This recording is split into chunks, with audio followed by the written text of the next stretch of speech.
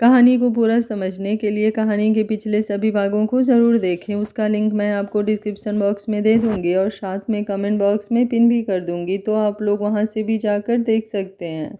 आर्या ने जब अरण्य को रूम में आकर देखा वो कहीं नहीं था और बालकनी में नहीं मिला, तो उसने अरण्य को फ़ोन लगा दिया। हाँ बिट्टू कहिए। क्या कहिए, आपको आज सोना नहीं है क्या? अब कहाँ चले गए हैं आप? कहीं नहीं, बस टेरिस तक आया था, आप भी आ जाइए, यहाँ का व्यू काफ़ी अच्छा है। यार आप इरिटेट कर रहे हैं अब हमें, वो बुरा सा मुंह बनाकर बोली। आर्या आइए ना बेटू, अपने उमल जी का आप इतना भी कहना नहीं मान सकती। उसके कहने पर अब आर्या ने हामी भरी और खुद को एक नज़र मिरर में देखा। डार्क रेड नाइटी में वो हमेशा की तरह ही खूबसूरत लग रही थी। उसने मुंह बनाते हुए अपने बिखरे बालों को ठीक किया और फिर टेरिस पर आई, लेकिन यहाँ काफ़ी अंधेरा था। उमल जी कहाँ हो आप? वो कुछ घबराते हुए बोली और एक दो कदम बढ़ाए कि उसे किसी के कदमों की आहट हुई और उसने अपना फ़ोन का फ्लैश ऑन करना चाहा कि एक जानी पहचानी सी खुशबू उसे खुद में महसूस हुई। एक हाथों का स्पर्श अपनी कमर और कंधे पर हुआ, जिससे एक पल को उसकी आंखें बंद हो चुकी थी। उमल जी, उसने कुछ सिहरते हुए कहा, क्योंकि अरड़े ने उसके कानों के पास अपने तपते होठ रख दिए थे और अपनी गर्म सांसें वो उसकी गर्दन पर छोड़ता हुआ कान में फुसफुसाया, हैप्पी बर्थडे मेरा बच्चा, लव यू सो मच। उसके कहने के साथ ही आर्या ने अपनी आंखें खोली और उसकी नज़र सीधा ऊपर आसमान में गई, जहां हैप्पी बर्थडे आर्या बेटू लिखा गया था एक हार्ट में। और टेरिस की भी सारी लाइट्स जगमगा उठी थी। रंगीन महकती हुई मोमबत्तियां हर तरफ जल रही थी। आर्या ने चारों ओर नजरें उठाकर देखा। उमल जी, आपने इतना कुछ किया, हमें तो याद भी नहीं था हमारा बर्थडे इस बार।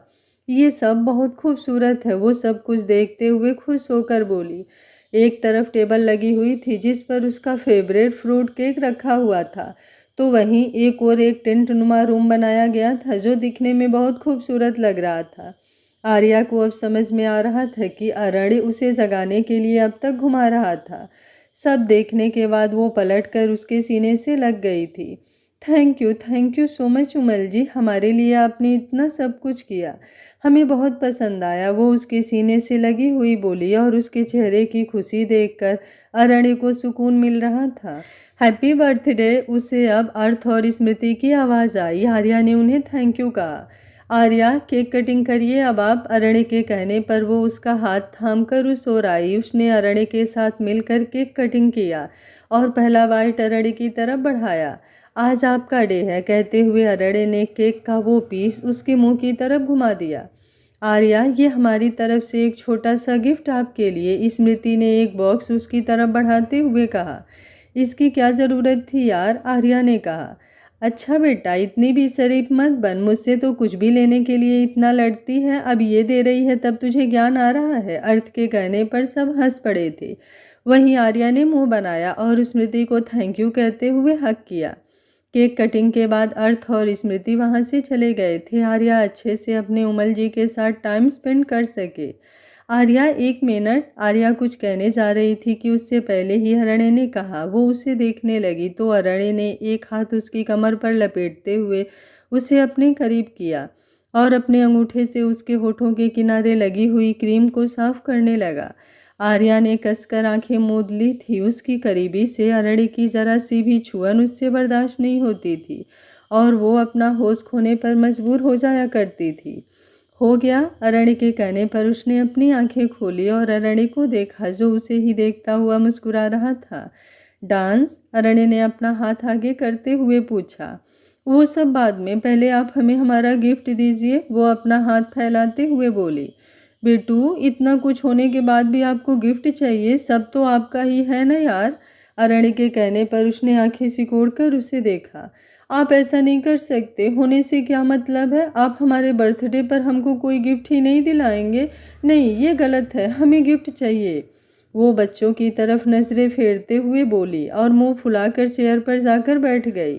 ऐसा लग रहा था अगर उसे गिफ्ट नहीं मिला तो वो बात ही नहीं करेगी अब उससे। अच्छा, आपको कल? हमें अभी चाहिए गिफ्ट, अभी मीन्स तुरंत, वो ऐसे ही नाराज होते हुए बोली। ऐसा हो सकता है कि हम अपने बच्चे की कोई भी बात भूल जाएं, अरण्य ने उसके पीछे खड़े होते हुए उसके दोनों कंधे पर हाथ रखते हुए कहा। आप लाए हैं? उसने खुश होकर अपनी गर्दन घुमाते हुए उसे देखकर पूछा, जिस पर अरण्य ने सिर हिलाया और अपनी पैंट की पॉकेट से कुछ निकाला। आर्या की पीठ पर बिखरे बालों को साइड करते हुए उसके गले में कुछ पहनाया। आर्या ने अब वो देखा, गोल्ड की चैन जिसमें डायमंड से अरण्या लिखा हुआ था इंग्लिश में और आगे एक छोटा सा दिल बना हुआ था। ये देखकर वो काफ़ी खुश हुई थी। आज उसके चेहरे से हंसी और मुस्कान जाने का नाम ही नहीं ले रही थी। उसके उमल जी उसके लिए इतना कुछ कर रहे थे। पसंद आया आपको? हाँ, ये बहुत खूबसूरत है और आपके साथ हमें ये नाम सबसे ज़्यादा पसंद है। पर हमें आपसे आज कुछ और भी चाहिए। क्या चाहिए हमारे बच्चे को? वो उसके गाल को सहलाते हुए बोला। आर्या ने उसकी गर्दन में अपने दोनों हाथ फंसा लिए थे। नन्हे कुंवर। आर्या के कहने पर अरण्य की मुस्कान सिकुड़ी। हम आपको कोई शिकायत का मौका नहीं देंगे, सच्ची। अपना भी बहुत ध्यान रखेंगे, सारी शरारतें बंद कर देंगे। पर आप हमें यही दीजिए, हमें आपसे यही चाहिए उमल जी। आप हमारे बारे में सोचकर डरते हैं, पर इस जिम्मेदारी के लिए हम तैयार हैं। और ये पल जो आपके बिना गुजारे, इसमें बहुत अकेला पाया था हमने खुद को। आप प्लीज़ सोचिए ना इस बारे में, हमें बेबी चाहिए। वो लगभग जिद करते हुए बोली। आप संभाल पाएंगी? नहीं संभाल पाई तो आप रहेंगे ना हर वक्त जैसे अभी तक हैं। आपके होने पर हमें कुछ सोचने की ज़रूरत ही नहीं है। वो उसकी आंखों में देख कर बोली और उसके माथे को लबों से छू लिया। अरण्य कुछ पल के लिए खामोश हुआ था। उसने आर्या के माथे से अपना माथा लगाया हुआ था। एक सॉफ्ट रोमांटिक सा म्यूजिक वहाँ पर बज रहा था। डांस। उसकी चुप्पी को देखते हुए आर्या ने खुद के जज्बातों को संभालते हुए उससे कहा। अरण्य ने उसकी कमर में हाथ फंसाकर उसके कंधे पर एक हाथ रख लिया तो वो भी मुस्कुराते हुए अपने दोनों हाथ उसके कंधे पर टिका चुकी थी। सांसों को जीने का इशारा मिल गया, डूबा मैं तुझ में तो किनारा मिल गया। जिंदगी का पता दोबारा मिल गया, तू मिला तो खुदा का सहारा मिल गया। बिन तेरे दिल ये था गमज़दा, गमज़दा गमज़दा, दिल ये था गमज़दा। डांस करते हुए ही आर्या जैसे थोड़ा सा दूर जाने को हुई। अरण्य ने उसे करीब खींचा और इस बार पीछे से उसे अपनी बाहों में भर लिया था। आगे के स्टेप करते हुए अरण्य ने उसका हाथ थामा तो वो राउंड हुई और फिर से उसकी बाहों में समाते हुए सामने आकर एक हाथ उसके सीने पर टिकाए, जहां अरण्य की बढ़ी हुई धड़कनें उसे साफ महसूस हो रही थी। मैं राज तुझसे कहूँ, हम राज बन जा जरा, करनी है कुछ गुफ्तगू, अल्फाज बन जा जरा। जुदा सबसे हुआ तेरे बिना खामोश रहता हूँ मैं, लबों के पास आ अब तू मेरी आवाज़ बन जा जरा। बिन तेरे दिल ये था गमज़दा। सॉन्ग खत्म होने पर अरण्य ने उसे अपनी बाहों में उठा लिया था। वो उसे लिए हुए उस टेंट के रूम में लेकर आया और वहाँ लगे हुए उस फूलों से भरे हुए बिस्तर पर आहिस्ता से उसे कली की तरह लिटा दिया। उसके दूर जाने से पहले ही आर्या ने उसे भी अपने ऊपर गिरा लिया था और बिना कुछ कहे या अरण्य को कोई मौका दिए उसने खुद ही आगे बढ़कर अरण्य के लबों को बंद कर दिया था। सॉफ्ट किस करने के साथ उसका एक हाथ अरण्य के बालों में भी घूम रहा था। अरण्य जो अब तक शांत था, आर्या के इस स्पर्श से उसका दिल भी बेकाबू होने लगा था और उसके हाथ आर्या के जिस्म पे राह ठहरे थे।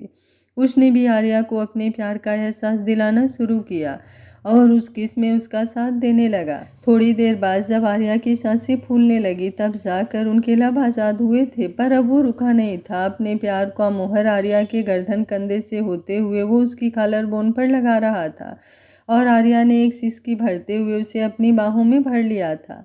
आज की ये रात उनके मिलन की रात थी, उनके तड़प को दूर करने की, उनके प्यार को मुकम्मल करने की रात थी। आर्या की आंखों से आंसू निकलकर पीलों को भिगो रहे थे। ये सोचकर कि अरण्य को अगर कुछ हो जाता उस एक्सीडेंट में या उसे अभी भी अपना प्यार रिश्ता याद नहीं आया होता तो शायद वो उसके साथ होकर भी तन्हा ही होती, लेकिन अब वो उसके साथ था। उसका प्यार, उसकी ज़िंदगी, उसकी उमल जी। बढ़ती रात में मोमबत्तियों की खुशबू हवाओं में घुलते हुए धीमी पड़ रही थी। शर्म से लिपटी हुई आर्या को देखकर उनकी रोशनी भी कम हो चुकी थी और जैसे आर्या अपने उमल जी की बाहों में उनके प्यार के लिए पिघल चुकी थी, वैसे ही वो मोमबत्तियां भी पिघल कर बह रही थी। चाँद भी बादलों की ओट में छुपने लगा था। सुबह के 5:30 बजे आर्या थककर उसकी बाहों में सोई हुई थी और अरण्य उसके उस छोटे से प्यारे से चेहरे को देख रहा था जो थकान से भरा हुआ था, पर फिर भी उस चेहरे पर जहां भर का नूर था। अब उस पर सोते हुए भी आर्या के चेहरे पर मुस्कान थी। उसके गाल पर आए बालों को अरण्य ने हटाया और फिर प्यार से उसके माथे को चूम लिया। हमारा बच्चा, आपसे बढ़कर कुछ नहीं है हमारे लिए। बच्चे की चाहत आपको ही नहीं, हमें भी है। हम भी चाहते हैं कि जल्दी ही हमारी गोद में हमारी छोटी बेटू आ जाए।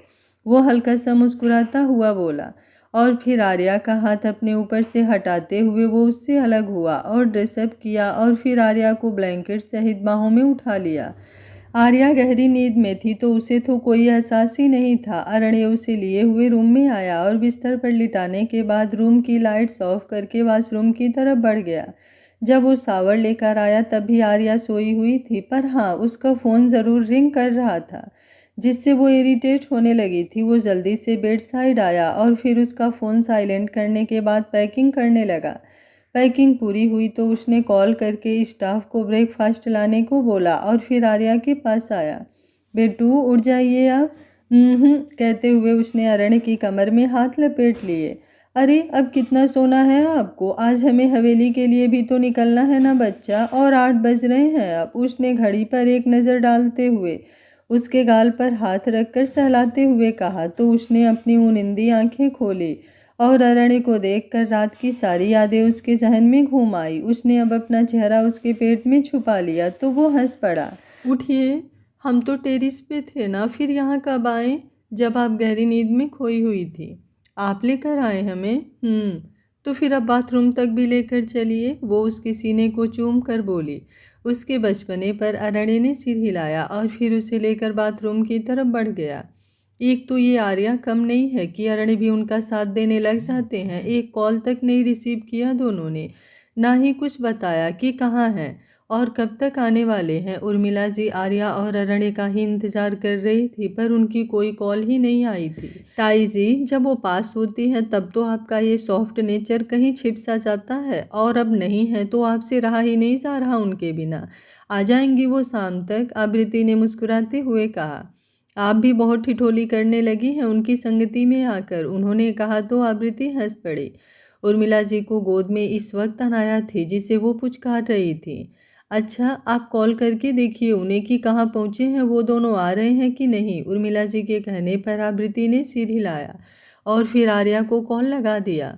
प्रणाम भाई साहब, आर्या ने कॉल रिसीव करते ही कहा। खुश रहिए, कहाँ हैं आप लोग? कब तक आएंगे? ताई जी वेट कर रही हैं आप दोनों का। सॉरी भाई साहब, पर आज हमारा आना नहीं हो पाएगा। वो दरअसल इन्हें एक ज़रूरी काम आ गया है जिस वजह से हमें रुकना पड़ेगा। अच्छा ठीक है, ध्यान रखिएगा आप अपना, आबृति ने कहकर कॉल कट कर दिया और उर्मिला जी को बताया तो उनका चेहरा कुछ उतर सा गया। आर्या की तो आदत उन्हें भी हो गई थी और जब से वो गई थी घर सूना सा हो गया था। आर्या के लिए सरप्राइज प्लान किया था सबने मिलकर, इसलिए किसी ने उसे विश भी नहीं किया था। बेटू, आपने झूठ क्यों कहा आबृति से? अरण्य जो ड्राइव कर रहा था उसने सामने देखते ही उससे सवाल किया। झूठ कहाँ कहा, हमने तो बस सच छुपाया, वो दांत दिखाते हुए बोली। आर्या बच्चा, सरप्राइज देना था ना हमें मासा को, अब आप चुप रहिए, हमें नींद आ रही है, कहते हुए उसने एक बार में अरण्य को चुप करा दिया और उसके पास खिसकते हुए उसके कंधे पर सिर टिकाकर आंखें बंद कर ली। अरण्य ने एक हाथ से स्टीयरिंग संभाली और दूसरे हाथ से प्यार से उसका सिर सहलाया। अनाया सो गई थी तो आबृति उसे लेकर रूम में चली गई थी, पर उर्मिला जी वहीं बैठी हुई थी कि डोरबेल बजी। उन्होंने किसी सर्वेंट के ना दिखने पर खुद ही उठकर दरवाज़ा खोला और सामने आर्या और अरण्य को देखकर कुछ हैरान सी हुई। आप? वो हैरानी से बोली। प्रणाम मासा, आर्या ने मुस्कुराते हुए उनके पैर छुए और फिर उन्हें हक कर लिया। पता है, हमने आपको बहुत मिस किया। आपने भी किया होगा ना, चाहे डांटने के लिए ही सही, वो अपने ही चुलबुले अंदाज में बोल पड़ी। अरण्य ने भी उनके पैर छुए। आपने भी नहीं बताया कि आप आ रहे हैं, इनके साथ ही शामिल हो गए आप भी, उर्मिला जी ने अरण्य को कुछ घूरते हुए कहा। मासा, इसमें हमारी कोई गलती नहीं है, वो तो इन्हें ही आपको सरप्राइज देना था और हमें बोलने तक का मौका भी नहीं दिया, अरण्य ने अपनी बात रखी। अच्छा ठीक है, जाकर आराम कीजिए, दोनों लोग थक गए होंगे, हम आप दोनों के लिए चाय भिजवाते हैं, उर्मिला जी ने कहा। मासा, बाईसा और हमारी बच्ची कहाँ है? हमें उनसे मिलना है पहले, आर्या ने पूछा। अनाया सो गई है, आबृति अभी थोड़ी देर पहले ही उन्हें रूम में लेकर गई है सुलाने के लिए। उनके कहने पर उसने सिर हिलाया और अरण्य के साथ रूम में आ गई। आर्या आर्या जो अपने कपड़े कबर्ड से लेने लगी थी, अरण्य ने उसे आवाज़ दी। जी, आपको बुरा नहीं लगा बच्चा? किस बात का? मासाया किसी ने आपको विश भी नहीं किया आपके इतने स्पेशल डे पर? अरण्य के पूछने पर आर्या मुस्कुराते हुए उसकी तरफ घूमी। वो हमारी मासा है और हम उन्हें बहुत अच्छे से जानते हैं। ऐसा हो ही नहीं सकता कि वो हमारा बर्थडे भूल जाएं। ज़रूर कुछ सोचा होगा उन्होंने। जब हम आपके साथ नहीं थे तब भी वो हमें कॉल करके विश करती थी और मिलने भी आती थी। आर्या ने कहा तो अरण्य को कुछ हैरानी हुई और उसने शर्मिंदगी से पलकें झुका ली, क्योंकि उन 5 सालों में अरण्य ने कभी आर्या के बर्थडे तक पर विश नहीं किया था। हमें माफ़ कर दीजिए प्लीज़, आप कुछ मत कहिए उमल जी। वो लम्हे बहुत मुश्किल रहे हैं और उनके बारे में हमें याद भी नहीं करना। कहते हुए वो कपड़े लेकर बाथरूम में चली गई। अरण्य ने एक गहरी सांस खींची और बेड की तरफ आया कि तभी आर्या का फ़ोन रिंग हुआ। कोई नया नंबर था ये। अरण्य ने कॉल रिसीव किया और हेलो किया, पर उधर से कोई आवाज़ नहीं आई। पता नहीं कौन है, वो बड़बड़ाते हुए बोला और फ़ोन रखने लगा कि कुछ दिमाग में आया और उसने कॉल लॉग चेक किया। इस नंबर से आज सुबह भी तो कॉल आई थी जब आर्या सो रही थी, और 2-3 दिन पहले भी लगभग 4-5 बार कॉल आई हुई थी, जिस पर आर्या ने 1-2 बार बात भी की थी। वो फ़ोन हाथ में लिए हुए ही खड़ा रहा कुछ देर तक। आर्या जब चेंज करके आई तो अरण्य के हाथ में अपना फ़ोन देखकर हड़बड़ा सी गई। अरे उमल जी, आपने अभी तक चेंज नहीं किया और फ़ोन क्यों लिया था आपने? वो जल्दी से उसके पास आते हुए हकलाकर बोली और उसके हाथ से फ़ोन खींच लिया। अरण्य को उसका ये व्यवहार बहुत ही अजीब लगा। किसी की कॉल आई थी, बात कर लीजिएगा। हमने रिसीव किया पर उधर से कोई रिस्पॉन्स नहीं आया। उसके ये कहने पर जैसे आर्या को कुछ तसल्ली मिली। हाँ, हम देख लेते हैं, आप चेंज कर लीजिए, वो हड़बड़ाहट से बोली और फिर फ़ोन लिए हुए ही बालकनी की तरफ बढ़ गई। बालकनी में आकर उसने अपने सीने पर हाथ रख गहरी सांस खींची और फ़ोन में नंबर देखा। ये अगर उमल जी को पता चला तो उन्हें बिल्कुल भी अच्छा नहीं लगेगा। हमने इसे मना भी किया था पर इसे नहीं सुधरना। वो कुछ गुस्से और नाराज़गी से खुद से बोली और उस नंबर पर मैसेज टाइप करने लगी। शाम को सबने आर्या के लिए जो सरप्राइज़ प्लान किया था वो उसे मिला, जिससे वो बहुत खुश हुई थी। देर रात तक जब वो फ्री होकर रूम में आई तो अरण्य, जो पहले ही आ चुका था, वो बिस्तर ठीक कर रहा था। आर्या भी आकर बेड पर बैठ गई। बेटू, बाहर क्या कहा आपने? अरण्य ने सवाल किया। क्या कहा? अनजान मत बनिए उमल जी, वो भाई साहब ने पहले ही कहा था हमसे कि हम घर आ जाएं, और कल भी कॉल किया था कान्हा ने। बहुत दिन हो गए, हम गए भी तो नहीं, बस इसलिए आज जब निशा ने कहा तो हमने हाँ कर दिया। दरअसल हुआ यूँ था कि अविरल और निशा भी उसके बर्थडे के लिए आए थे और अविरल ने उसे ले जाने की बात कही थी, जिस पर उर्मिला जी ने भी हामी भर दी थी। अविरल और निशा रात यहीं रुके थे और सुबह आर्या उनके साथ अपने मायके जाने वाली थी।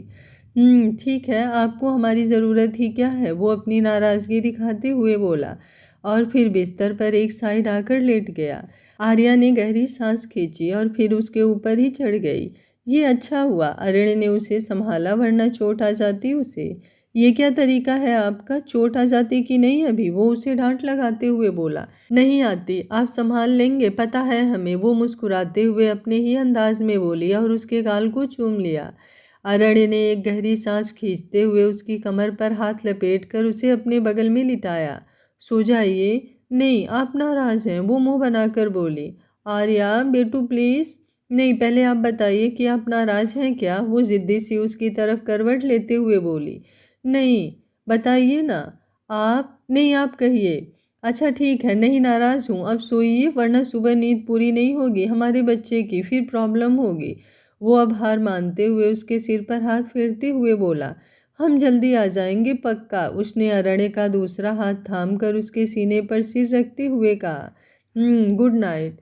Good night and I love you so much. वो बोली तो अरण्य के चेहरे पर हल्की सी मुस्कान आ गई। वो आर्या के सिर पर हाथ फेरता रहा, जिससे वो तो जल्दी सो गई, पर अरण्य की आंखों में नींद नहीं थी। पता नहीं क्या है जो इतना अजीब सा लग रहा है। आप जा रही हैं और फिर आपका हमसे फ़ोन कॉल छिपाना। आपके बिना तो हमारा गुजारा भी नहीं होता, पता नहीं कैसे हम रहेंगे। वो खुद से ही बोला और आर्या का वो मासूम सा चेहरा देखते हुए जाने कब नींद में चला गया। सुबह उसकी आंख कान्हा की आवाज़ से खुली। रात को देर से सोने की वजह से वो सोता ही रह गया था। उसने आंखें खोलकर देखा तो आर्या मिरर के सामने खड़ी रेडी हो रही थी और बिस्तर पर कान्हा बैठा था। बुई, आप ना खूब सारा दिन रहना अब हमारे साथ, वो बोला। बिल्कुल बुई की जान, आपके लिए ही तो हम चल रहे हैं, वो उसकी बात का जवाब देते हुए बोली। अच्छा, और आप हमें नहीं ले जाएंगे अपने साथ? अरण्य ने हाथ बढ़ाकर कान्हा को उठाते हुए अपने ऊपर बैठाकर कहा तो वो खुश हुआ। आप भी तो चलेंगे ना, वरना बुई फिर जल्दी चली आएंगी। आपसे बहुत सारा प्यार करती है ना वो अपना हाथ फैलाकर बोला तो आर्या के साथ अरण्य को भी हंसी आ गई। नहीं बच्चा, वो हमसे प्यार नहीं करती, तभी तो आपके साथ जा रही हैं, अरण्य ने अब उदास सा चेहरा बनाते हुए कहा। क्या उमल जी, आप भी ना, आप जानते हैं हम सबसे ज़्यादा आपसे ही प्यार करते हैं। अब उठकर तैयार हो जाइए, भाई साहब भी आपका इंतज़ार कर रहे थे, वो उसके पास आते हुए बोली। आपने उठाया नहीं हमें, वो बोला। आप वैसे भी बहुत कम ही सोते हैं तो हमें लगा कि आप रेस्ट कर लें। आप आइएगा बाहर, हम कान्हा को लेकर जाते हैं, कहकर आर्या ने कान्हा को बिस्तर से उतारा और उसके साथ बाहर चली गई। इसके लगभग 1-1.5 घंटे बाद तो अविरल और निशा के साथ मायके चली गई थी। ऐसे ही 2-3 दिन बीत गए थे। आज जब अरण्य ऑफिस के किसी काम से एक रेस्टोरेंट गया था अपने क्लाइंट से मिलने और वहां से निकल रहा था तो उसे वहीं आर्या दिख गई जो किसी लड़के के साथ थी।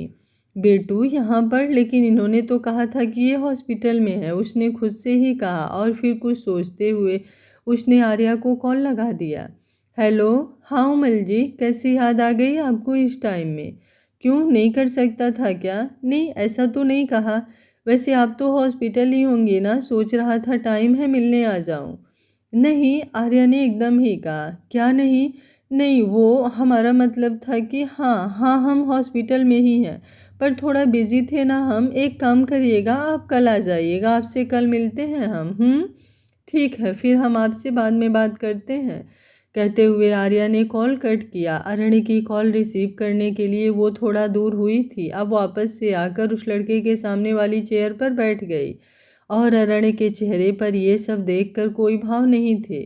उसे आर्या पर बेहद ही भरोसा था, पर ये सब देखकर और खासकर आर्या का उससे झूठ कहना उसे अजीब लगने के साथ ही कुछ बुरा भी लग रहा था। राठौर साहब, आप तो यहीं रुक गए, चलिए, चलना नहीं है क्या? उसके बिजनेस पार्टनर की आवाज़ आई तो अरण्य ने गर्दन हिलाकर और एक नज़र उस टेबल की तरफ डालते हुए पार्किंग एरिया की तरफ बढ़ गया।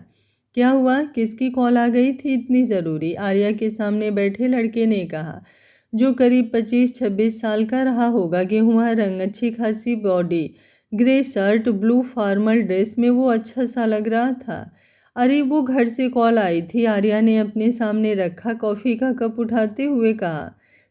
वैसे कुछ भी कहो, खूबसूरत तो तुम हो, उसने कहा तो आर्या हंस पड़ी। बस अब हमारी खूबसूरती की मिसालें बाद में दे लीजिएगा, फिलहाल ये बताइए कि काम हुआ कि नहीं? उसने अब कुछ गंभीरता से कहा तो वो लड़का जो अब तक मुस्कुरा रहा था उसके चेहरे पर भी कुछ गंभीरता सी झलक आई थी। आर्या, अब और कितना वेट कराएगी? तुझे नहीं लगता कि अब तुझे हमारे कान्हा को एक भाई बहन दे देना चाहिए? शाम के वक्त आर्या और निशा एक साथ में बैठकर चाय पी रही थी, तब निशा ने उससे कहा, अब मेरे चाहने भर से थोड़े आ जाएगा? हाँ, ये भी सही है, चाहने भर से थोड़ा होगा, कुछ मेहनत भी करनी पड़ेगी उसके लिए। वैसे मुझे तो नहीं लगता कि जीजू सा के ठीक होने के बाद तूने ज़रा भी इंतज़ार किया होगा। उसके लहजे में शरारत साफ झलक रही थी। थोड़ी तो शर्म कर, आर्या ने उसे आंखें दिखाई। अच्छा बच्चू, अब हम शर्म करें, और जब तुझे हमारी बातें करनी होती है, हमारे मज़े लेने होते हैं, तब तेरी शर्म कहाँ चली जाती है? वो उसे छेड़ते हुए बोली। मम्मा, बुई, देखो ना मेरी कार टूट गई। कान्हा जो एक टॉय कार से खेल रहा था वो उसके पास आते हुए मुंह बनाकर बोला। अले हमारा बच्चा, कोई बात नहीं, बुई आपको नया टॉय दिला देगी, आर्या ने उसके गाल खींचकर कहा। भाई साहब को टाइम लगेगा क्या आने में? हाँ, थोड़ी देर होगी, उन्हें कॉल किया था उन्होंने, निशा ने कहा। ओके, हम रूम में थोड़ी देर आराम करने जा रहे हैं, जब भाई साहब आए तब उठा देना। उसके कहने पर निशा ने सिर हिलाया। आर्या वहाँ से रूम में आ गई। उफ, हम भी बुलक्कड़ होते जा रहे हैं, उमल जी से कॉल करने को बोला था और ध्यान से ही निकल गया, वो खुद में ही बोली और फिर अरण्य का नंबर डायल कर दिया। हेलो, हाँ सी, घर आए आप? बस रास्ते में हैं। तो फिर यहीं आ जाइए ना। आप कब तक आने वाली हैं? कल आएंगी? नहीं वो उमल जी, हमें 2-3 दिन और रुकना होगा। ठीक है, जैसी आपकी मर्ज़ी। आप नाराज़ हैं? बेटू, जब आपको हमसे कुछ बताना ही नहीं है, फिर हमारे नाराज़ होने ना होने से क्या ही फ़र्क पड़ता है? आप किस बारे में बात कर रहे हैं? हम कुछ समझे नहीं। वो कुछ हड़बड़ा कर बोली। ये बात हमें बतानी चाहिए, आपको भी दिख रहा होगा आपका बर्ताव। पिछले 4 दिन से आप वहाँ पर हैं, पर हमारे लिए आपको वक्त नहीं। कॉल करता हूँ तो आप बिज़ी होती हैं। उस दिन हॉस्पिटल आने को कहा तब आप कहीं और थी, ये हमने भी देखा था, पर आपने झूठ कहा। तो फिर हमें भी कुछ ना कहना ही ठीक लगा। अरण्य ने गंभीरता से अपनी बात रखी तो एक पल को आर्या का दिल घबरा सा उठा। आपको शक है हम पर? आप पर शक कर सकते हैं हम? फिर इंतज़ार कीजिए, हम अभी आपको नहीं बता सकते, पर जब वहाँ आएंगे तब आपको पता चलेगा, उसने कहा तो अरण्य भी आगे कुछ नहीं बोला। अगले दिन सुबह के पहर सब ब्रेकफास्ट कर रहे थे और अंकेश जी भी वहीं पर बैठे हुए थे कि उनका फ़ोन बजा और डाइनिंग टेबल से उठकर दूसरी तरफ चले गए। वो जब वापस आए तो उनके चेहरे पर कुछ गुस्सा सा था। क्या हुआ भाई साहब, सब ठीक है ना? आप इतना परेशान क्यों लग रहे हैं? राकेश जी ने उनसे पूछा। राकेश, परेशानी वाली बात ही है। बड़े भाई साहब को किसी ने बेल दिलाई है। उन्होंने जो हमारे बच्चों के साथ किया उसके बाद हम बिल्कुल नहीं चाहते थे कि वो इतनी जल्दी जेल से बाहर आए। बाबा साहब, पर ये किया किसने? ताई जी अकेले तो इतना बड़ा केस नहीं सॉल्व कर सकती थी, ना उन्हें इतनी जल्दी बेल करा सकती थी। वो अरण्य ने कहा, जो भी हुआ है वो इसी घर के सदस्य का किया धरा है और वो किसने किया है इस बात का पता हम जरूर लगा कर रहेंगे। अंकेश जी की बातों में गुस्सा झलक रहा था और उनकी आवाज़ भी इस बार कुछ तेज थी। आप शांत हो जाइए, ऐसे गुस्सा करेंगे तो आपकी तबीयत पर असर पड़ेगा। उर्मिला जी ने उनके कंधे पर हाथ रखते हुए कहा। 2 दिन कुछ तनाव भरे ही बीते थे और आज दोपहर में जब डोरबेल बजी तब सर्वेंट ने जाकर दरवाज़ा खोला। सामने आर्या थी और उसके साथ जो था उसे देखकर सबकी आंखें बड़ी हो गई थी। आप लोगों को क्या लगता है आर्या के साथ कौन होगा? आज का पार्ट आप लोगों को कैसा लगा? कमेंट बॉक्स में अपनी राय ज़रूर दीजिएगा। कहानी अच्छी लग रही है तो वीडियो को लाइक शेयर एंड चैनल को सब्सक्राइब कर लीजिएगा। Thank you for watching. मिलते हैं कहानी के अगले भाग में। तब तक स्वस्थ रहिए, मस्त रहिए, अपना ख्याल रखते रहिए।